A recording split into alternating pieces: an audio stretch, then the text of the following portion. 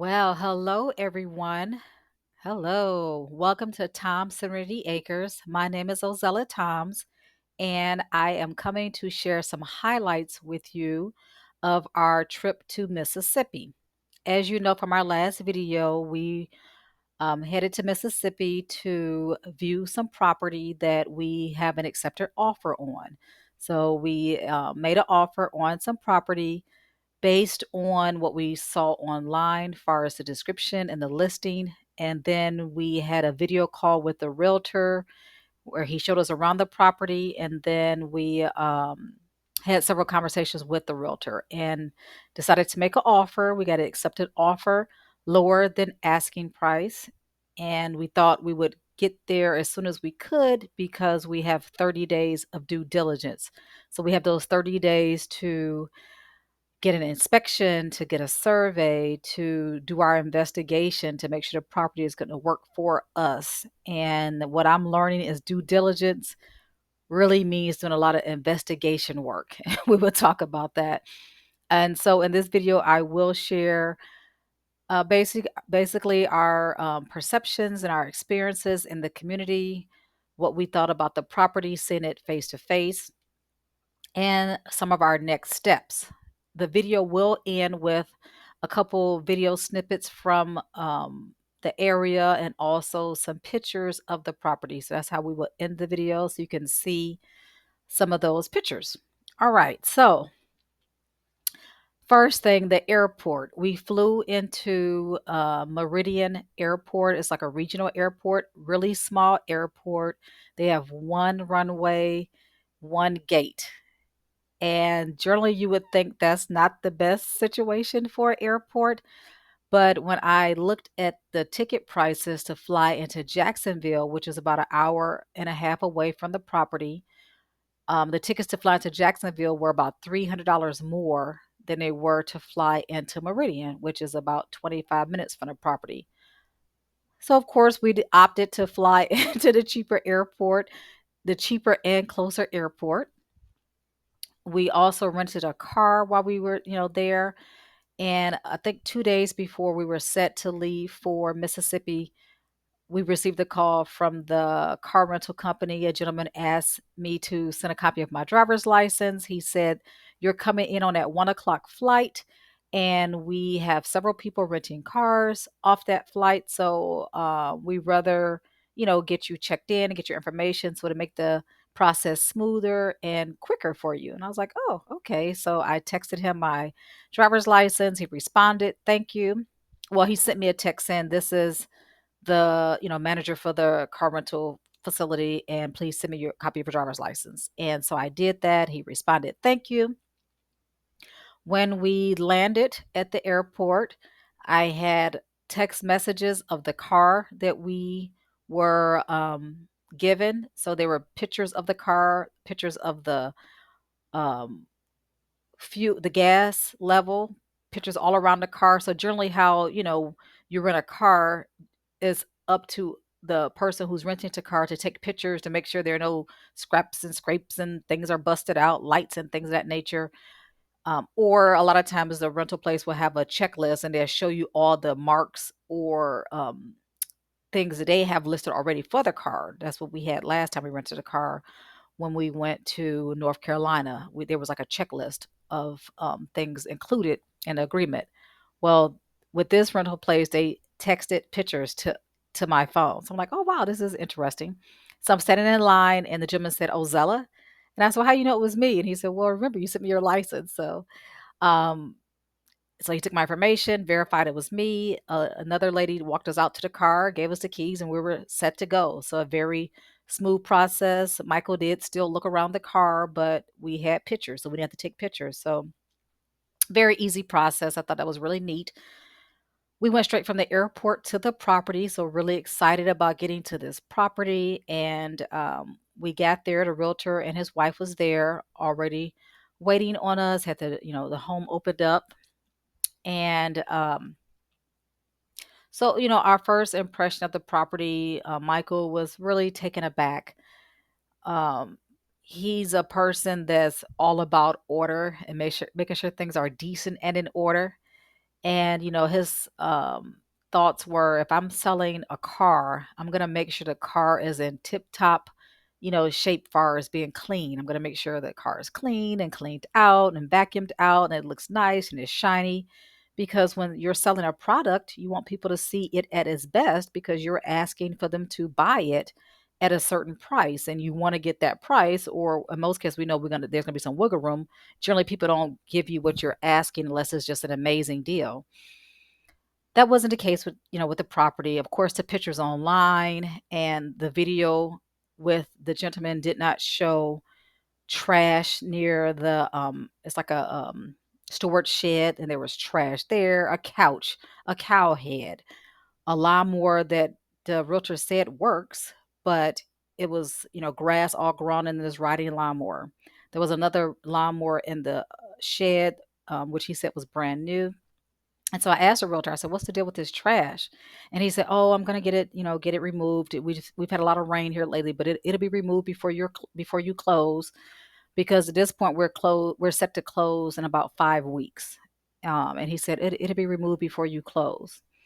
And one thing about this property that Michael loved, and something he talked about every time we looked at property online, and also when we're in North Carolina looking at property, he said, "I want to dig out a pond. I want to have a pond. I want to put fish in a pond. I want to be able to fish and, have a presence, sit out tables around the pond and just be able to relax and have this, you know, our name, Tom Serenity Acres is aspirational. So we want to have a serene environment on our property. And one thing he's talked about a number of times is digging out a pond.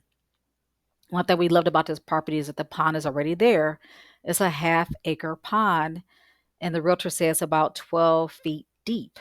Already have fish in it, and so definitely excited about this pond.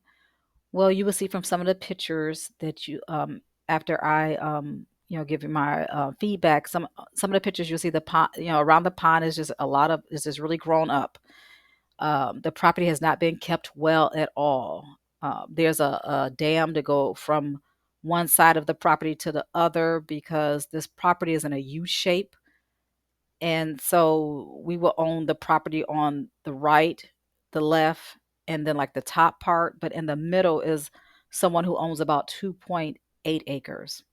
And we have accepted offer on about 15 acres surrounding. And so there's like a dam to get from one side, to get from, say, the right side through past the middle and then to the left side.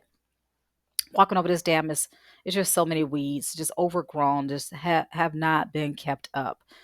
And so Michael was I could see his face, and he's just like, "I don't know about this." And I'm like, "Michael, you have to see the potential. We have to see the potential. We have to see the things we talked about. We have to see the potential."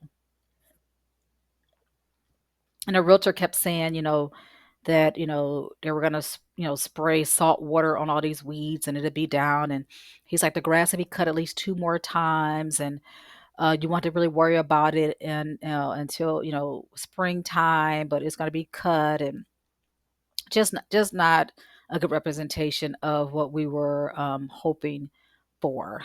But again, I was really trying to help Michael see the vision of this property and things we talked about the last week, how we looked at these pictures over and over again and how we want to build a community, keep focused on the community. So we left the property, went back to the hotel. I had a meeting with my job. And then after my meeting, I decided to call the elementary school. I looked at the listing. I said, well, what's the elementary school? Because our grandson would be um, going to elementary school. And so, I really want to, see what the school was about. So I called the school about 4:30 and someone answered. I said, "Hi, my name is Ozella and my husband and I are looking at some property here in Mississippi. We're from Michigan. And I know it's short notice, but is there any way we can come by the school to get a tour of the school tomorrow?" And the gentleman said, "Hold on." He came back to the phone and he said, "Okay, can you come around, 9:30?" I said, "We could be there at 9:30." So I was just really impressed that they made, accommodation for us to come to the school the next day. So I was like, "Thank you so much. I definitely appreciate it," knowing it was short notice. We went to dinner that night, went to Westland Sizzler. So, you know, you're in the South when you go to Westland Sizzler.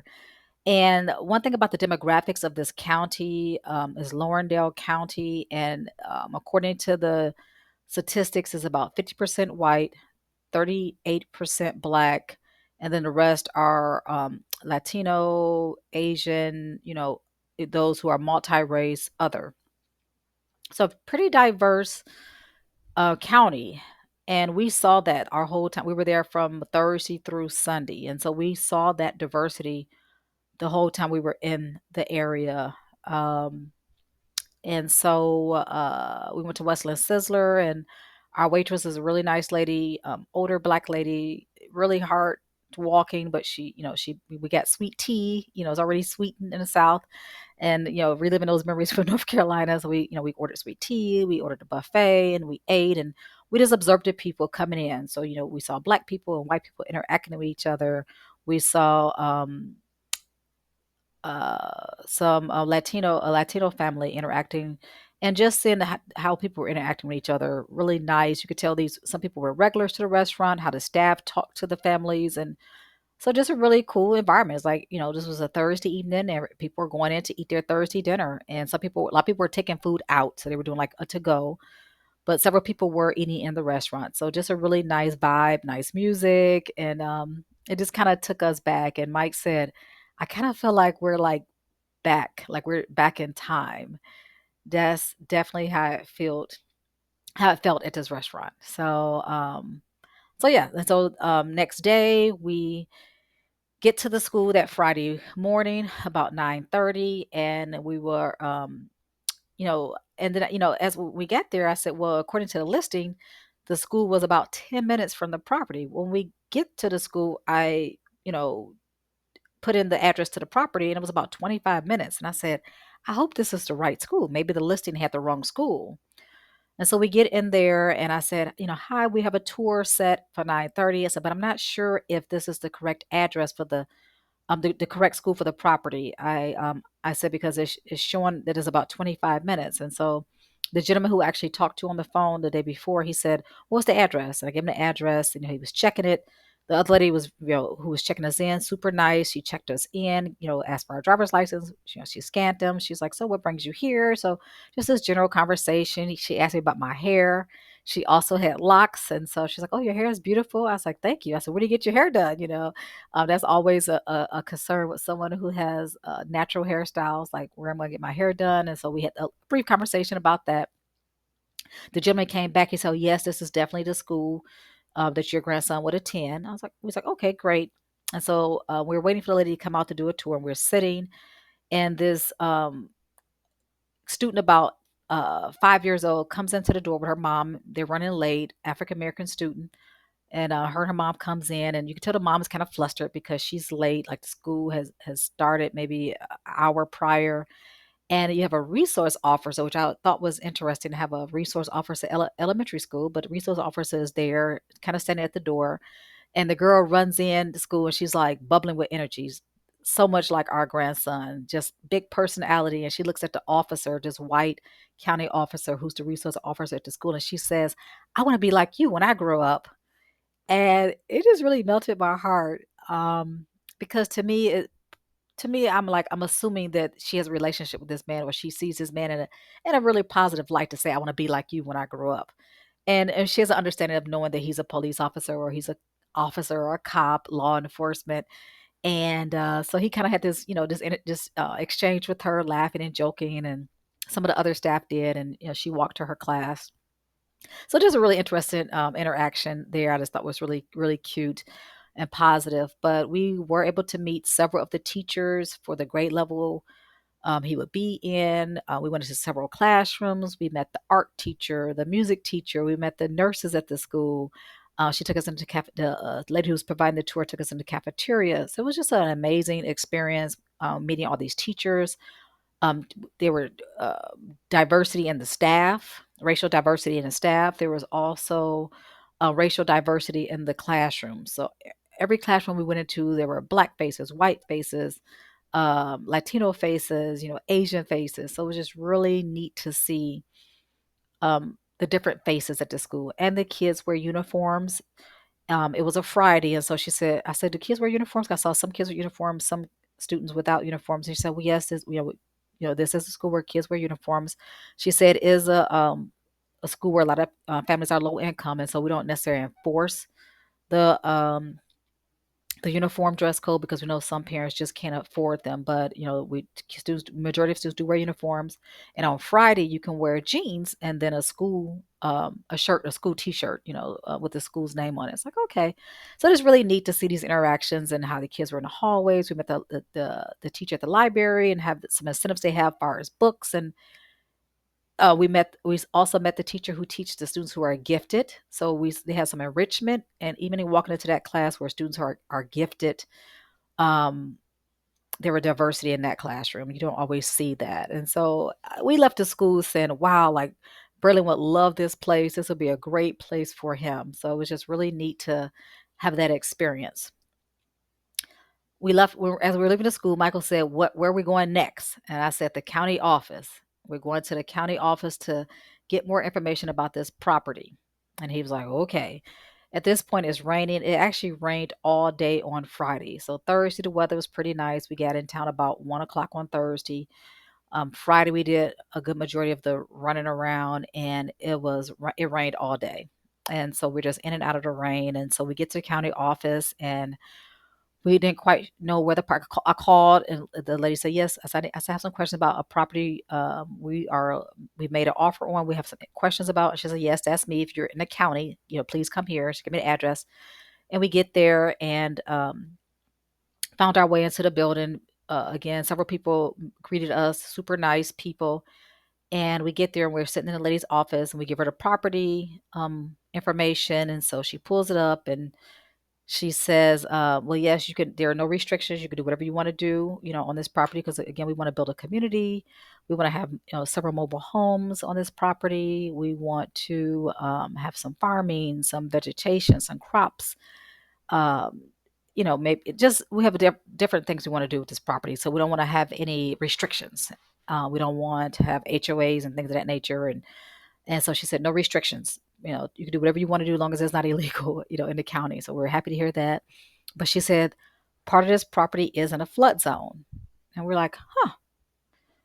And so she showed us that. And so I could see Michael's face, the same face I saw the day before when he saw kind of the condition and the trash and how things wasn't kept up. And so I see the look on his face. And she said, well, I'm not saying you shouldn't purchase this property, but you might want to renegotiate what you paid for this acreage, especially in the area where the flooding, potential flood zone. And we're like, okay, so close to 5 acres of this 15 acres is in a flood zone. It is in an area that's really wooded that we didn't plan on building or having any homes or anything like that. But again, we have to consider now we have to think about there are some restrictions on what we can do with this property. There's some limitations because it's a potential for flooding. And we know people own land where it's a flood zone because when we looked at the map, it was a nice area of where it was a flood zone. And so several people own property in that area. And there is a lake that kind of feeds into that area. And so we're like, okay. Um, so just some different things we found. There was a discrepancy in this. There were discrepancies with the listing. The acreage wasn't the same that was listed. Um, so again, glad we visited the county office. We were able to get some information. My advice is to call the county office maybe before you make an offer. I've done that before. There was other property we had looked at before, and I called the county office to ask about restrictions and flood zoning. I did not do that before we made an offer because the realtor sent me the disclosure forms, and in the disclosure forms, when it asked about flood zone, it said no. It did not say I don't know. It said no. And I asked the realtor, I said, "Is it in a flood zone?" He said no. So he verbally told me no, and on the listing, on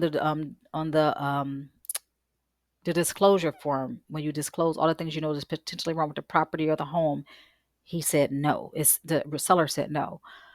So we did, call the realtor, we let him know what we found. And, he said, well, that's where the lake is. We said, but you told us that it was not a flood zone. So but now you're telling us where a lake is. So you knew it was a potential flood zone. And you said no. And so he said, I'm not sure where this is going. And we're like, we're just letting you know, these are some things we're considering we think about this property, doing our due diligence, period. So, so yeah, so that was Friday. Saturday, we just spent some time. We went to a couple mobile home um, lots just to look at mobile homes, look at some new mobile homes. We looked at some used mobile homes to have some options for because there's a mobile home on the property, but it's not big enough, and so it's probably gonna be the first mobile home we rent out, and we will end up putting a bigger mobile home on the property. And so we went to look at some mobile homes just to kind of see what they have this far as used and new. And so that was a pretty nice experience to look at mobile homes. Our next steps are definitely the inspection, which is today. We got back from Mississippi a few days ago, and the inspection is today. So we're looking forward to getting the report. And based on the inspection report, we will be going back to the realtor asking for different things from the seller, whether it is escrow for us to get things fixed, or for them to fix things, which we think we will probably ask for the escrow because this realtor have not been very forthcoming and truthful in things. We don't necessarily trust the realtor to make sure things are fixed by someone who's licensed. And so if we see something needs to be done, we're going to ask for escrow to get those things done. I also sent a couple of landscaping companies contact information to Michael, and he called a couple of those individuals. And one gentleman agreed to go out and get an estimate on how much it would cost to clean up around the pond slash lake area. We don't know if it's a pond or a lake, but to clean up around the pond lake area. Because I told Michael, he is amazing with keeping our yard up here, but we're in the city.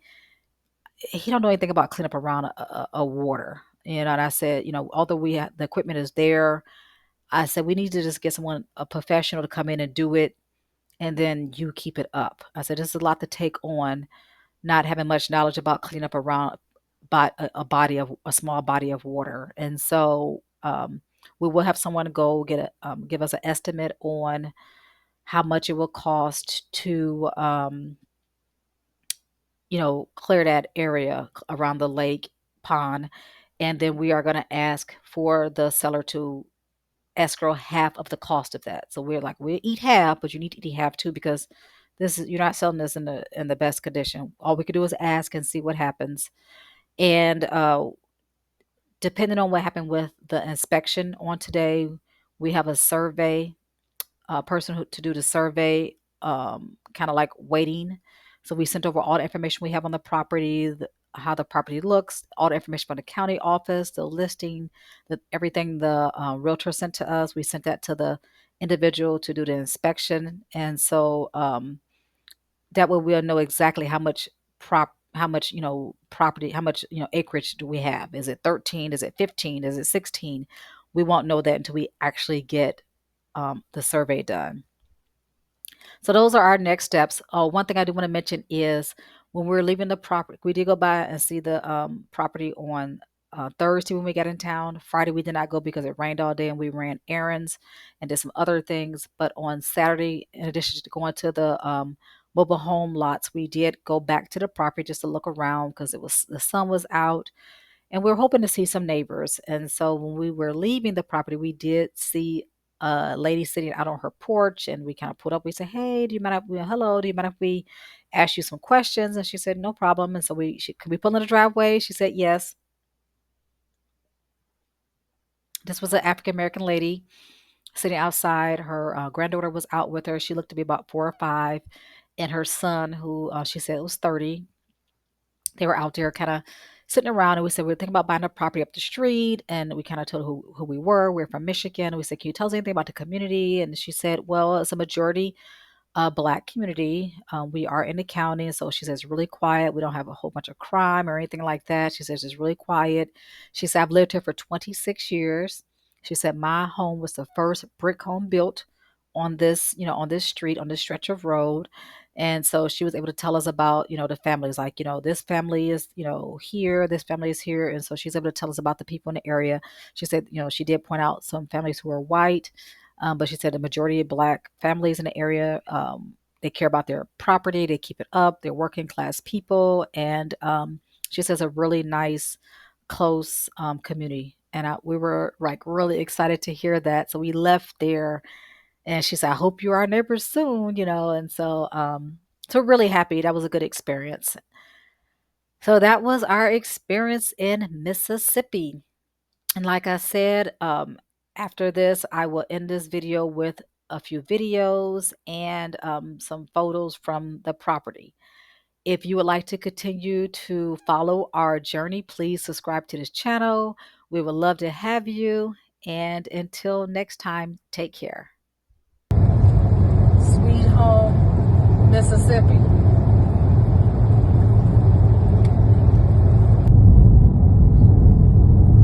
Oh boy.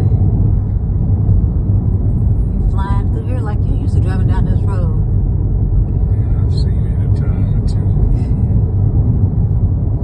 Two mobile homes, 3, 5. They got a community. Look, it's vacant.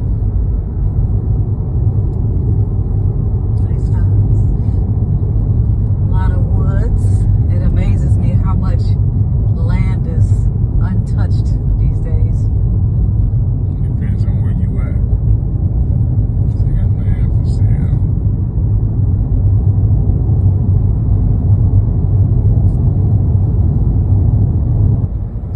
Okay, they burning this. They getting ready to clear it. All right, we are on the road that the property is on, the main road. This got to be it right here. It says a half a mile. That's got to be it. That's it. Oh, so do we go around? I could have turned in right there. He's already there. Oh.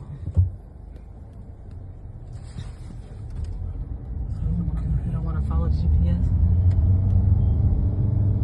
No, because that goes your mailbox right there. 5255. He had to come in off of here. Is that a street? Yeah. That's got to be the house. Oh, this one right here.